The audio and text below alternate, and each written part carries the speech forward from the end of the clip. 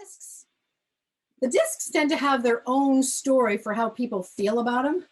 You know, generally when people hear about discs, it's because it was a slip disc or a herniated disc or something like that. And people get really worried. What they tend to get worried about is imagining that this ball is a disc. So my little cushion between the vertebrae, so that I don't have bone on bone, of course. But it's more than that, right? But here's what people get worried about. A sudden movement that goes bleh, and then out goes that stuff in the middle. And a nice image for the stuff in the middle is to just think of it like a jelly donut.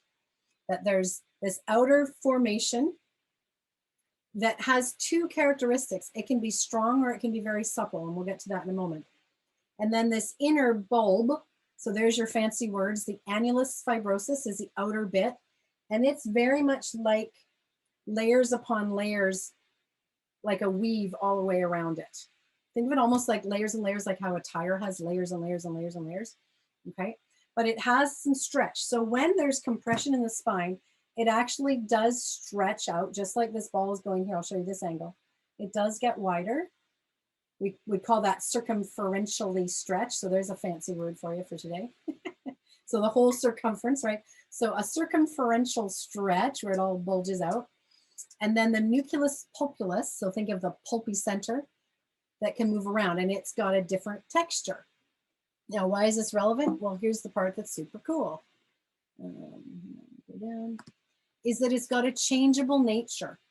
If I'm moving nice and soft and there's not great impact coming, I'm just moving, it's really gentle and squishy, and it can move just like you were running your hands through the water.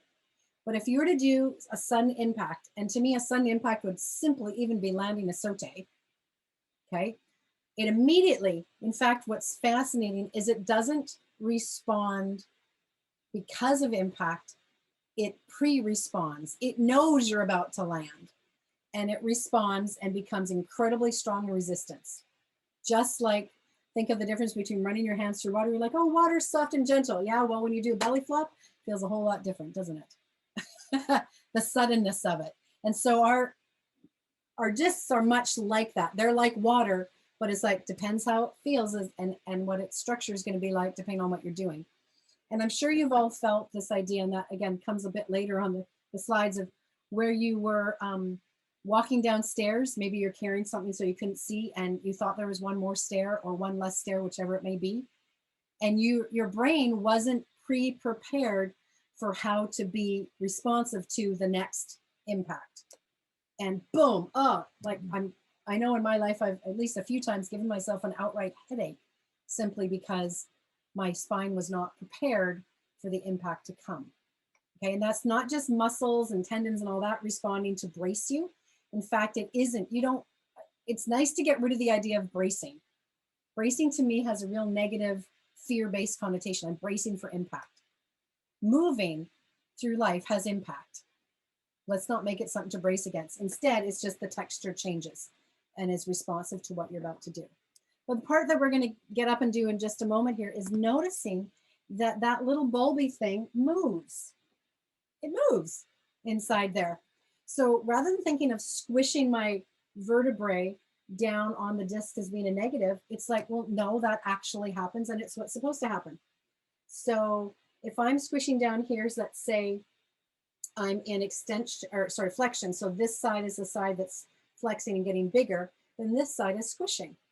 It's supposed to, that's why we've got them. And then alternatively, in extension, that side would be squishing. But the part I want you to see is that that little ball in the center would be rolling along as you go. It gets displaced.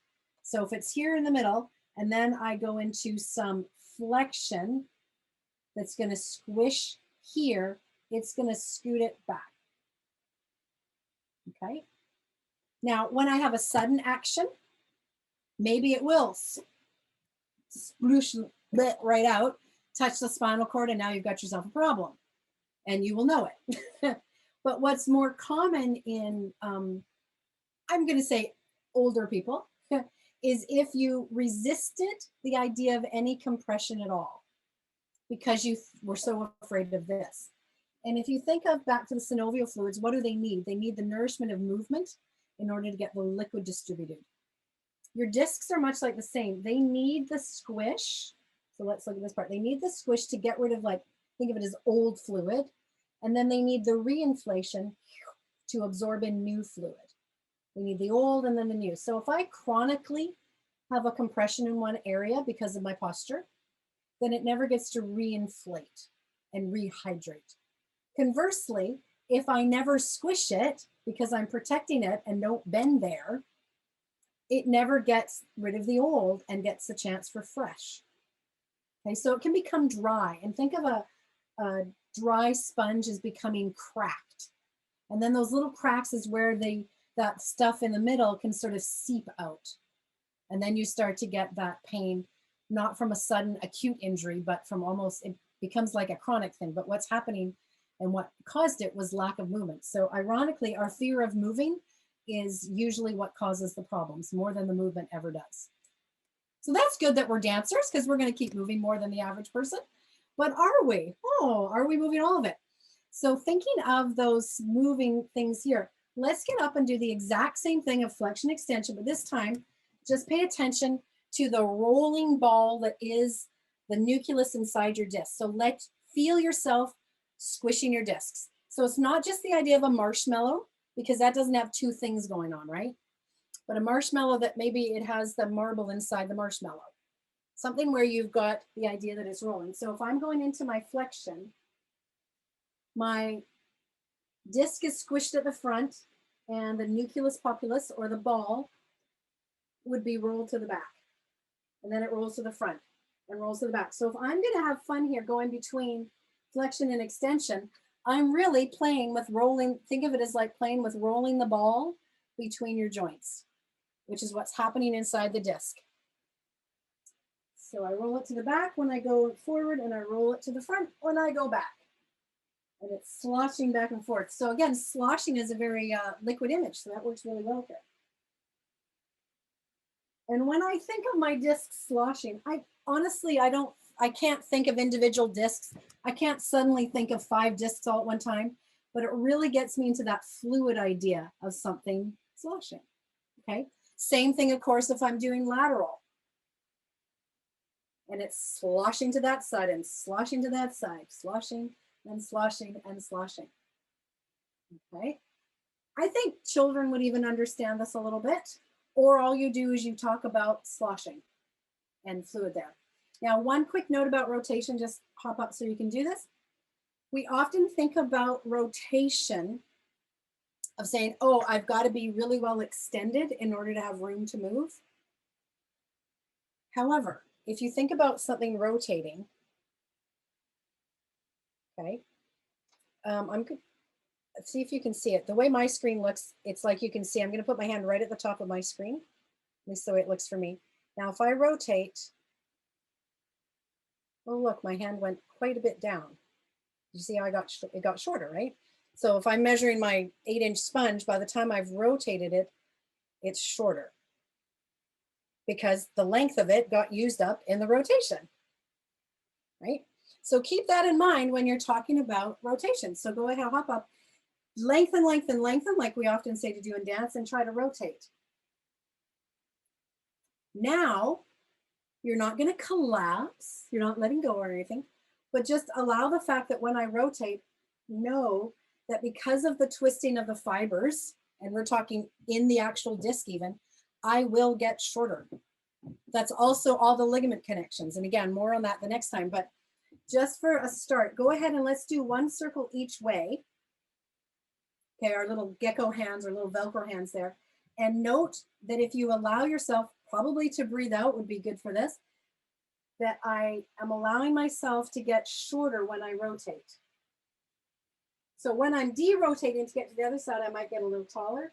Then I get shorter again when I rotate, maybe a little taller in the middle, and then shorter again as I rotate. Now, could the naked eye see me get shorter? Probably not. Let's go the other way, but at least I'm not cueing something that's against how the anatomy actually functions. So here I go. Let's do it the wrong way. So lift up and twist. Keep lifting up, keep lifting up, keep lifting up. Try to be taller every time you twist. Do that one again. Lift as tall as you can. Make all the space you can for your turn. Oh, and I've been holding my breath and I'm not really sure that I rotated fully. Now let yourself just be you. Oh, the twist lets things shorten a bit. Again, I derotate and there's going to be a rehydration of the disc, so I get a little taller until I rotate again. Derotate, rotate.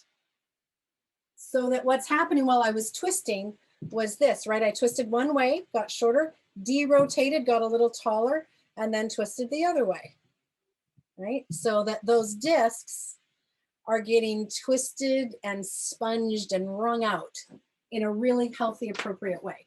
Instead of trying to make it twist where we envision this or something. Okay. All right.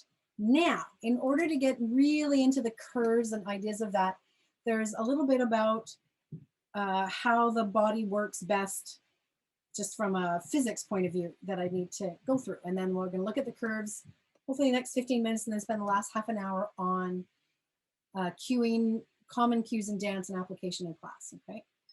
So water. Alrighty.